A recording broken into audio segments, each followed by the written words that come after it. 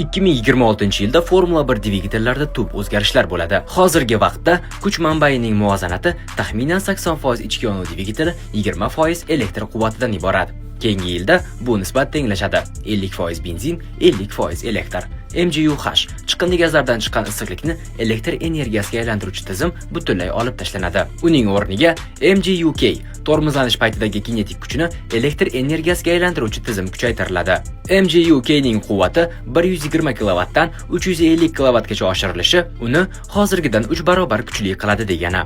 Barcha tizimlar avvalgidan ham ixchamroq, yengilroq va bir-biri bilan bog'liq bo'ladi. MGU-K quvvatining ortishi natijasida har bir aylanishda qayta tiklanadigan energiya miqdori 2 MJ dan 9 MJ gacha ko'tariladi. Bu esa ichki yonuv dvigatelida yonadigan benzinni 100 kg/soat dan 75 kg/soat gacha qisqartiradi. Umumiy quvvat ko'rsatkichi deyarli o'zgarmaydi, 1000 ta ot kuchi. Ammo tezlikda elektr energiyasi ulushi ko'tariladi. Sizningcha bunday motor bilan Ferrari kelasi yil chempion bo'la oladimi? Fikringizni izohlarda yozib qoldiring va obuna bo'lishni unutmang.